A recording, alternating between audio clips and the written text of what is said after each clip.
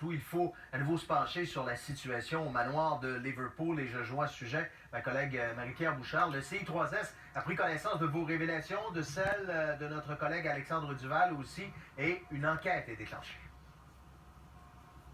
Vous vous souvenez, un petit peu plus tôt cette semaine, on vous présentait ces témoignages des gens qui nous ont confié des lacunes observées au niveau des soins et des services au manoir Liverpool depuis déjà quelques années et donc qui ont été rapportés, qui ont été signalés, disons, soit à la direction du manoir Liverpool ou au CI3S de Chaudière-Appalaches.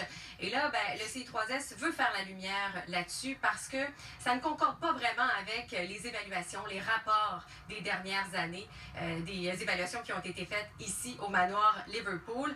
Donc, de nombreuses personnes qui vont être rencontrées au cours des prochaines semaines, au cours de cette enquête, des familles de résidents, d'anciens résidents, des employés, d'anciens employés. On veut vraiment faire le tour du côté du CI3S et au terme de l'enquête, les sanctions possibles pour la direction du manoir Liverpool, pour les propriétaires, eh bien, ils pourraient se voir retirer leur certification ou encore leur contrat avec le CI3S de Chaudière-Appalaches. On se souvient qu'ils ont reçu là, depuis 2017 plus de 11 millions de dollars de la part du CI3S.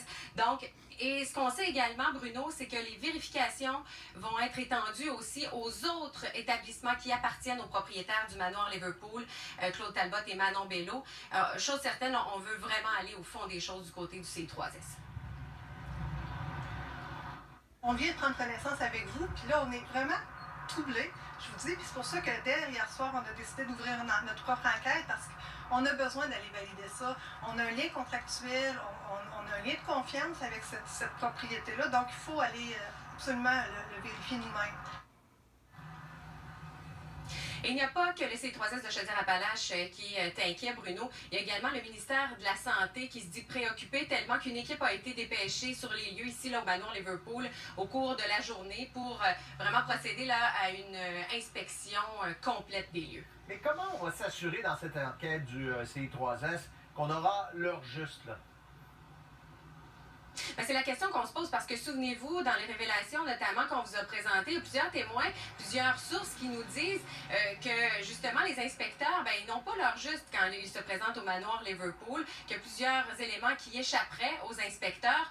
Donc, on a mis la main également aujourd'hui, Alexandre Duval, mon collègue, a mis la main sur un document interne, une procédure en cas d'inspection surprise, visite surprise d'un inspecteur. Je vous donne un exemple. On demande dans cette procédure-là, on indique de demander à l'inspecteur de patienter au salon le temps qu'on change les horaires pour l'horaire d'inspection, le temps de verrouiller aussi les chariots de médicaments. Ce qui a fait réagir le regroupement des résidences pour aînés. Le président directeur général s'est dit surpris et qu'il n'a jamais vu ça ailleurs là, dans d'autres ressources. Il ne s'agit pas de dire, lorsqu'il y a une inspection, on va montrer qu'on fait ça comme ça, quand c'est pas comme ça. De toute façon, c'est pas une façon de faire, là. Alors, moi, je suis extrêmement surpris et honnêtement, j'ai jamais vu un document comme ça. Non, ça serait inacceptable. Non, il ne doit pas y avoir ce type de procédure-là. Pas du tout. Et Claude Talbot n'a pas souhaité nous accorder d'entrevue avant de voir justement le reportage de ce soir. Il préférait attendre, c'est ce qu'il nous a mentionné là, au cours des dernières heures.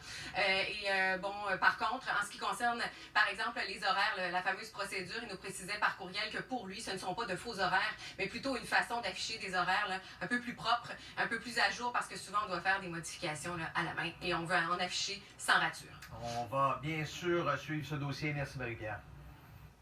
Le Québec, donc,